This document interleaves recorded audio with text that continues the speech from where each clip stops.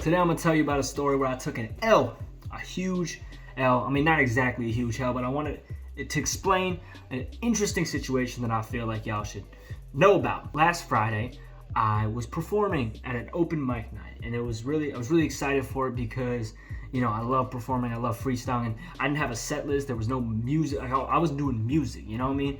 It was freestyle. So like I'd be like, yo, give me some words, I'm a freestyle. It wasn't a situation where I could just perform things. It was very interactive. I needed the audience on my side in order to even produce good content and make a good experience from both parties. I wasn't just gonna play my songs that people didn't know. I get to the stage like 20 minutes early, and I'm getting a little bit excited. There's a host there, they're really nice, but there's no people there.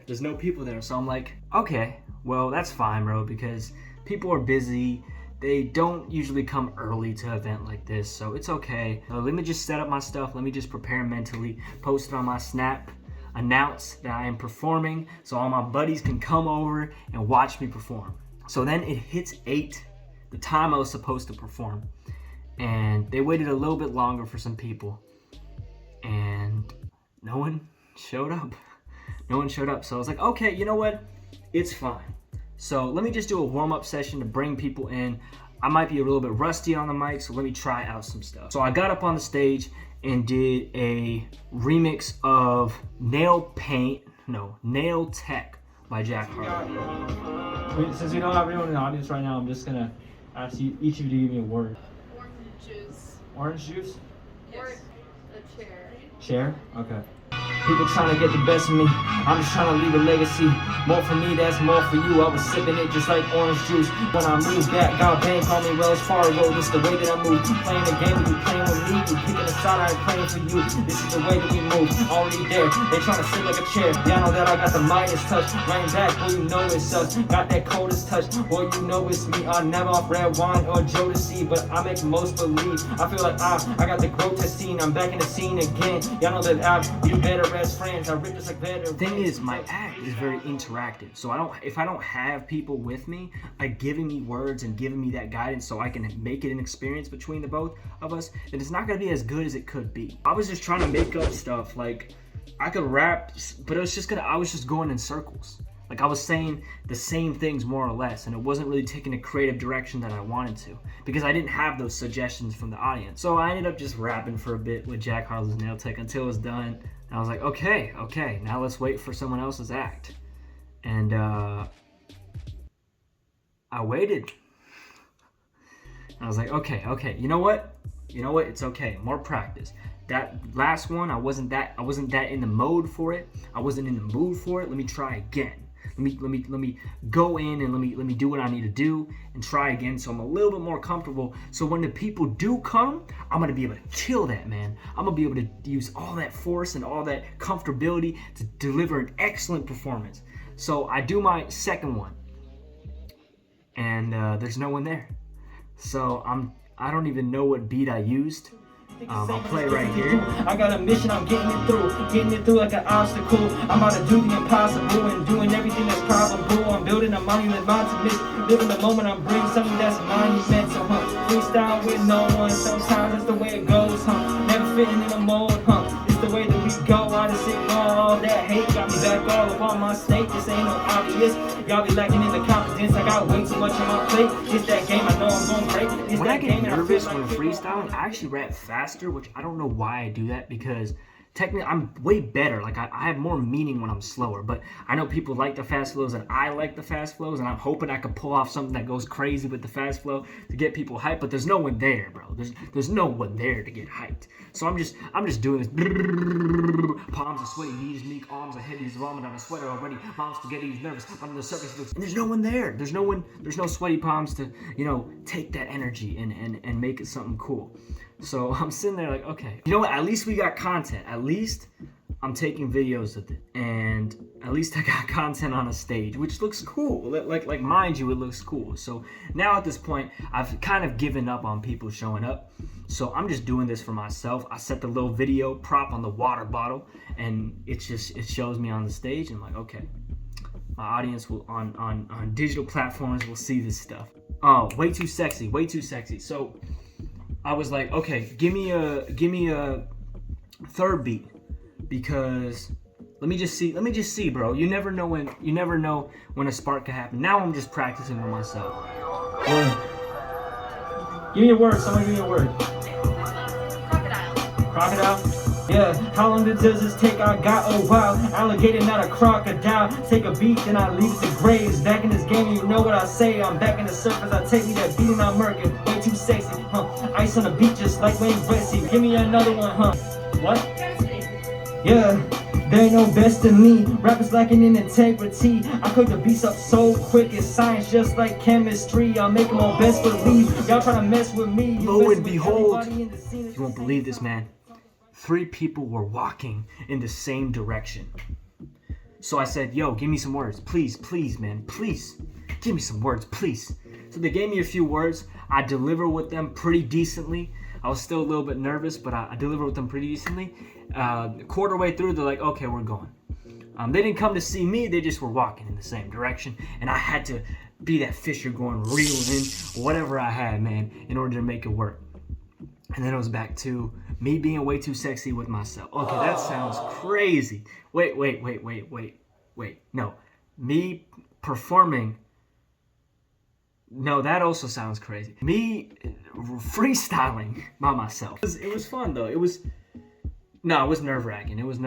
I was just trying to get through. I can't be saying the same words. If I just go back on my mind and freestyle with no one there, it's just gonna be the same things. Like I'm gonna eventually go in the same cycle. I have to like think outside the box plus saying words at every minute and like making sure I'm on track while being out of the box. So I have to be 2 people at once, which is kind of hard for me. I kept going and tried it, and then I was like, again, man, Way Too Sexy's got a fast tempo. What am I doing? Why do I keep rapping on these fast tempos when I'm nervous? Bear in mind, this is an open mic night and no one else has performed. It's literally just been me on the stage, going up on the stage, setting up the mic, leaving, coming back up, setting up the mic, leaving, coming back up, setting up the mic. So I kind of had my own headline show with no audience, bro. So I was like, for this last one, let me do something slow. Let me try to say some meaning in this one. I know there's no one here to hear it. I know there's no one in the audience who's gonna be like, ooh, Let's cut the BS. Let's do something meaningful. Let's go slow, and let's go with No Role Models by J. Cole.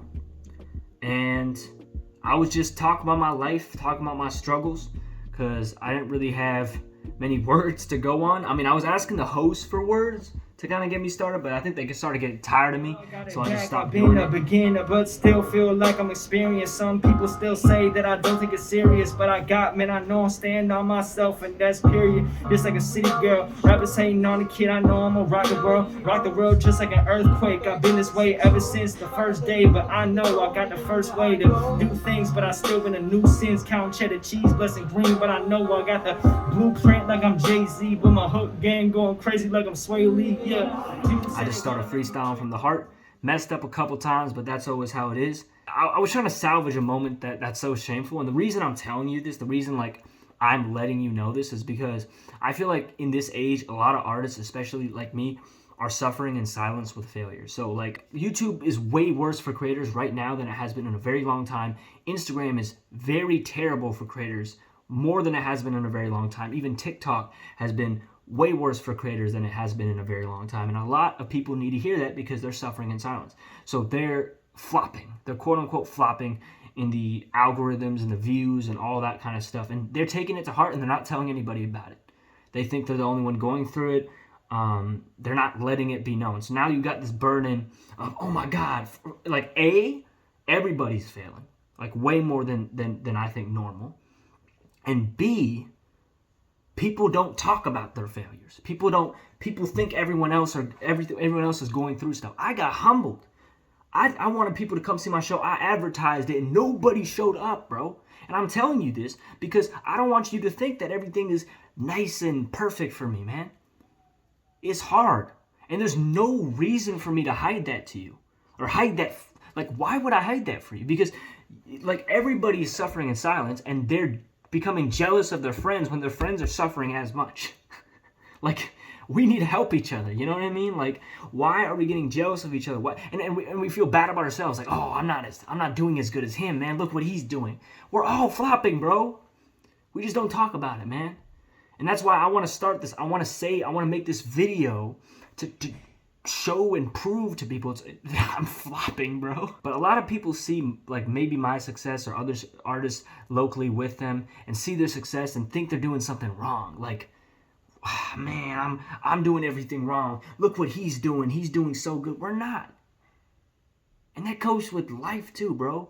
We're not, it's not all highlighted. Social media highlights things, bro. We're not, everything's not butterflies over here, man.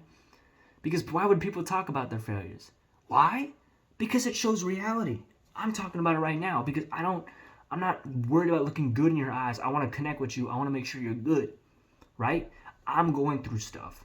I'm failing a lot, okay? And I want to make that public to y'all because it's okay. There's nothing wrong with feeling failure. Half of the reason we hate failure is because we think we're not supposed to fail. And that's just because of an illusion of success that's been set by, like, society. We're supposed to fail. We're supposed to. It's the goal of life is not winning. That's such a boring life, bro. You gotta have a good story with successes, failures, high stakes, this and that, still doing stuff you love. Because when you talk about stuff you love, you feel passionate. It's not about appealing to these people and staying safe. It's about creating a damn good story, even if you lose sometimes, and even if you win sometimes. It's a good story, man. And that's what this life is about. So people are so afraid to fail. It's okay. Don't blame yourself so much for failing because there's so many variables that contribute to failure in every single regard. And we blame ourselves so much because, oh my God, I screwed up so much. This is all my fault. No.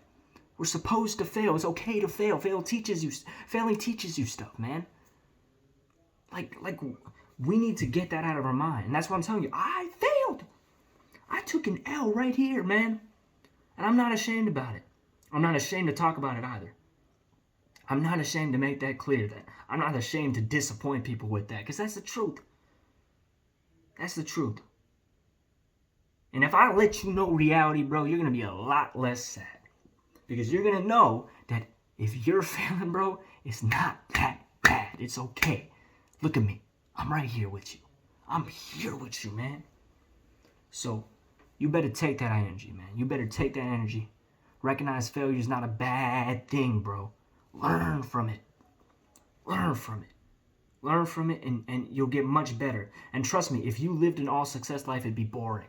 You're not supposed to, man. You just gotta stay faithful in the end vision, that you'll find true love, or you'll reach the success you have. You're gonna go through failures. But you're not supposed to go through all successes. That's not how it works. That's a boring life, man. So don't live boring, man. Have an awesome one and flop just like me. Rappers going at me cause I know that they ain't scaring me. No, they can't be fair with me. If I ain't living for the truth, then go ahead and bury me. You can check my Instagram, I'm hanging with the rarity. If I give you my dearest rose, we Dover.